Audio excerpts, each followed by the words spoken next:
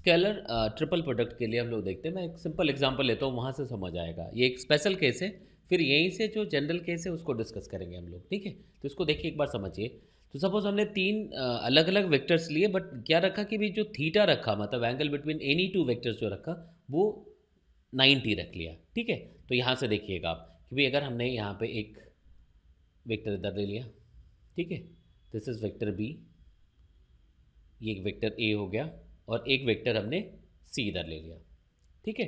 तो between A and B जो theta angle है it is 90, between B and C again 90, between A and C फिर से 90 है, ठीक है।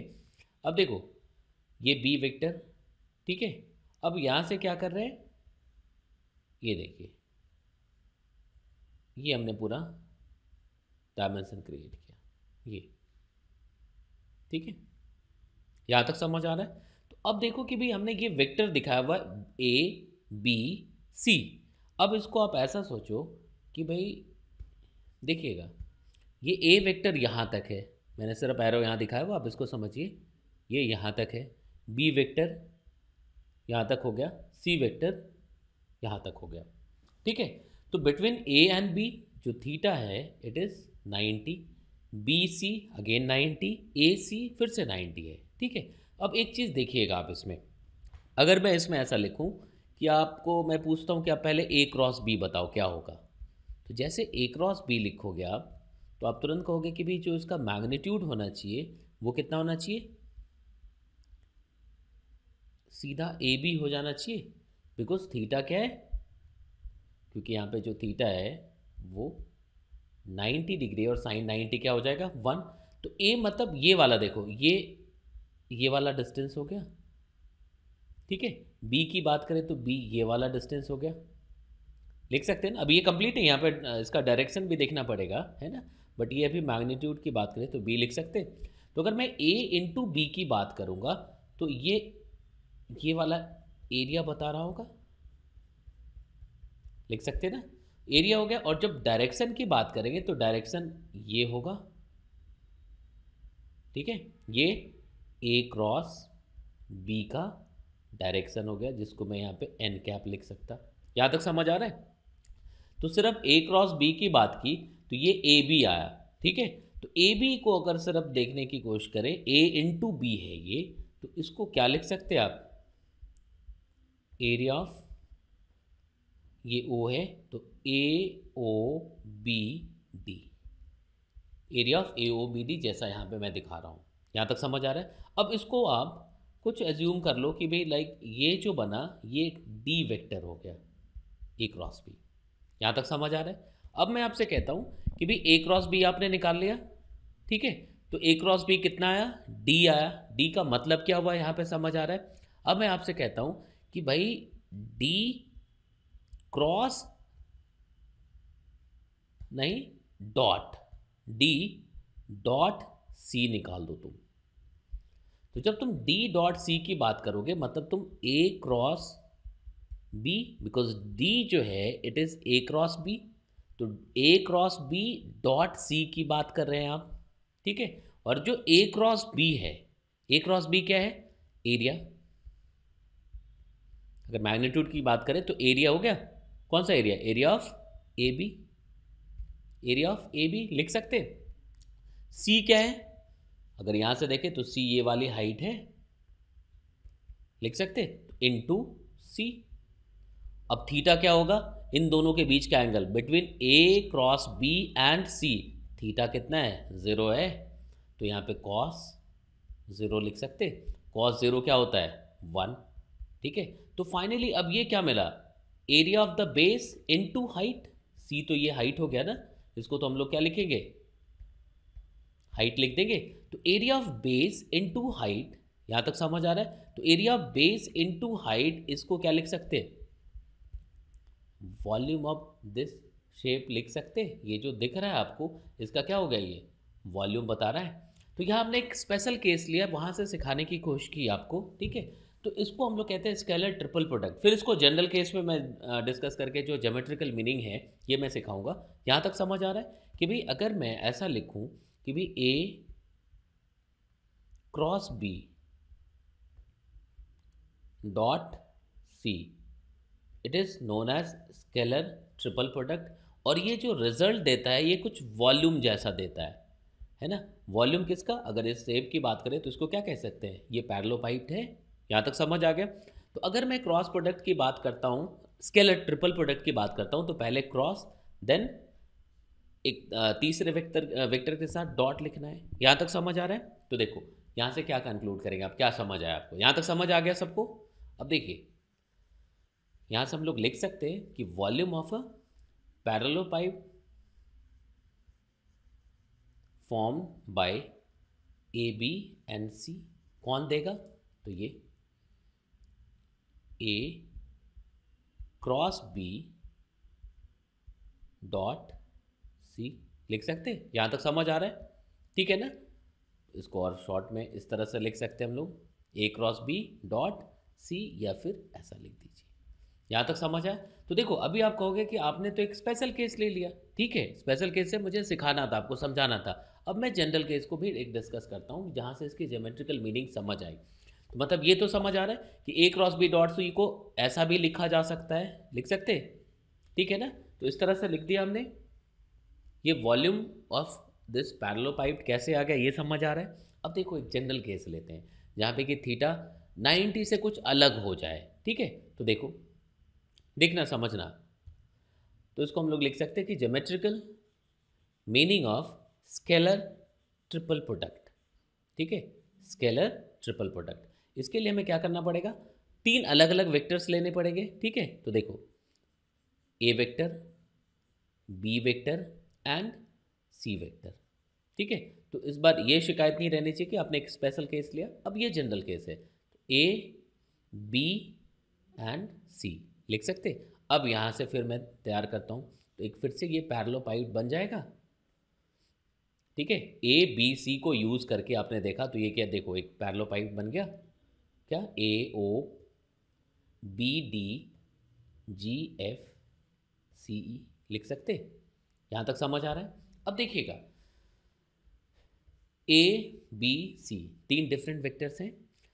अब यहाँ से हमने एक परपेंडिकुलर खींचा, देखिएगा एक परपेंडिकुलर फ्रॉम ओ, ठीक है, मतलब ए बी वाले प्लेन से अगर एक परपेंडिकुलर खींच दिया तो वो सी के साथ फाई एंगल बना रहा है, वो यहाँ पे आपको दिख रहा है, ठीक है। अब देखते जाएंगे, मतलब जो हमने यहाँ पे ये बताया ये एक स्पेशल केस के लिए बताया था, वही जनरल केस के लिए डिस्कस कर रहे हैं हम लोग यहाँ पे, ठीक है।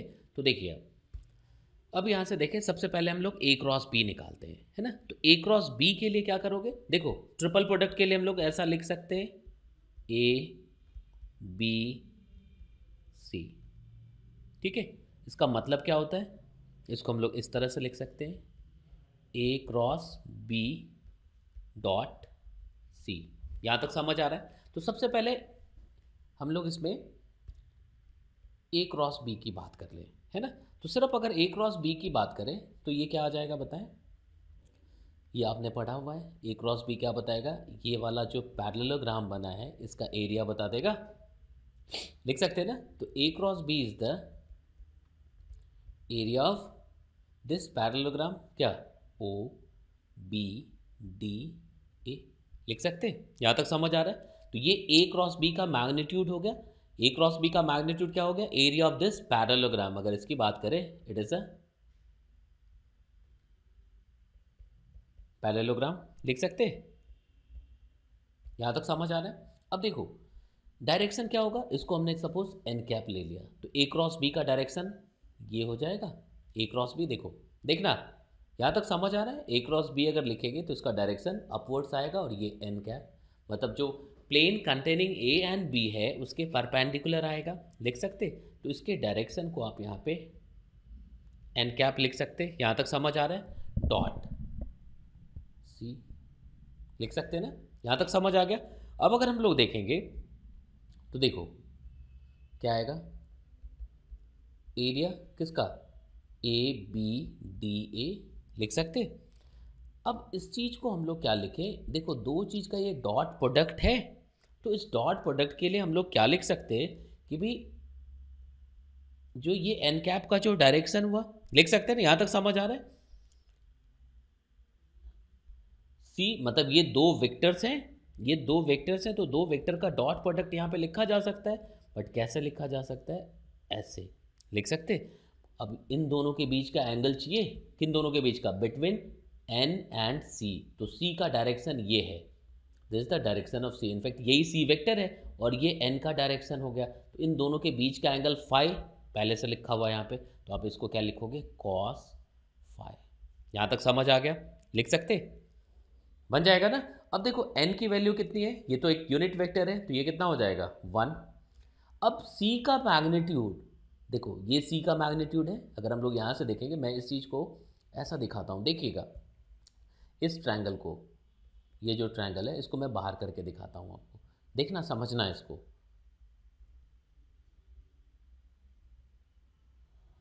ये लिख सकते, ये वेक्टर c था, ठीक है, तो ये वेक्टर c था भाई, तो ये c का लेंथ आप ऐसा दिखा सकते, यहाँ तक समझ आ रहा है, दिस एंगल इज फाई, ये जो एंगल है ये क्या हो गया, फाई हो गया, ठीक है। तो अब अगर हम लोग c cos फाई की बात करें, c cos फाई, अगर इन दोनों की बात करें, तो फ्रॉम दिस ट्रायंगल आप देखोगे cos फाई को क्या लिख देंगे आप, cos phi equals c upon, ये अगर o है बिकॉज ये पॉइंट o है और इसको हमने n लिखा हुआ है, तो ये n हो जाएगा, तो cos फाई को क्या लिखेंगे, देखिए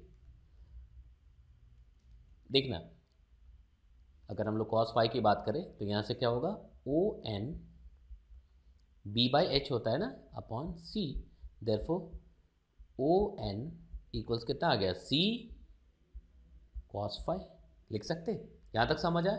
तो देखो ये जो एक, ये इस यहाँ से इस ट्रायंगल को बाहर करके हमने बताया, तो अब फाइनली अगर आप इसको सॉल्व करोगे तो ये क्या आएगा, एरिया किसका, ए बी डी ए जो बेस था, जो पैरेललोग्राम दिख रहा था, इनटू ये पूरा क्या बन गया, ये हाइट बन गई O N, O into N लिख सकते। तो इसको मैं सीधे सीधे क्या बोलूँ, area of base, area of base into height of this shape,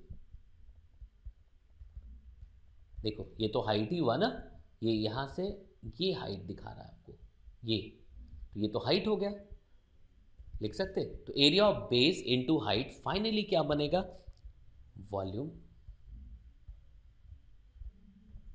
volume of पैरेललोपाइड, लिख सकते। ये देखो यहाँ पे क्यूबाइड था, क्यूबाइड भी क्या होता है, पैरेललोपाइड का एक स्पेशल केस होता है ना, ये जनरल केस हो गया है, यहाँ तक समझ आ रहा है। यहाँ पे अगर आप देखेंगे तो ये हमने इस तरफ एक स्पेशल केस डिस्कस किया था, ये क्या हो गया, एक जनरल केस यहाँ पे मैंने दिखाया आपको, ठीक है। तो कभी भी हम लोग अब डॉट प्रोडक्ट को अगर लिखेंगे, dot product sorry scalar triple product, तो स्केलर ट्रिपल प्रोडक्ट में दो चीज़ें आती हैं एक साथ, है ना, क्रॉस प्रोडक्ट भी होता है, डॉट प्रोडक्ट भी होता है, उसका मतलब क्या हो गया, यहाँ तक समझ आ गया। तो फाइनली आप ये समझ गए होंगे कि triple product, scalar triple product को ऐसा लिखा जाता है, ठीक है, ये ऐसा हो जाएगा, और इसका ज्योमेट्रिकल मीनिंग क्या होगा, ये वॉल्यूम बताएगा, ठीक है, वॉल्यूम किसका, of parallelepiped formed by A B C. तो ए बी सी को क्या लिखेंगे, एज एजेस रखते हैं, देखो ये ए बी सी, ये तीन डिफरेंट एजेस हो गए ऑफ द पैरेललोपाइड, लिख सकते। तो यहाँ से आपको मतलब समझ आया होगा कि ये स्केलर ट्रिपल प्रोडक्ट है क्या। अब इसकी डिफरेंट प्रॉपर्टीज़ पढ़नी है कि अब इसका शॉर्टकट फॉर्मूला क्या हो जाएगा या डिराइव करके क्या आएगा, ठीक है, फिर डिफरेंट डिफरेंट क्या अलग अलग एग्जांपल्स हो सकते हैं इसके, ठीक है।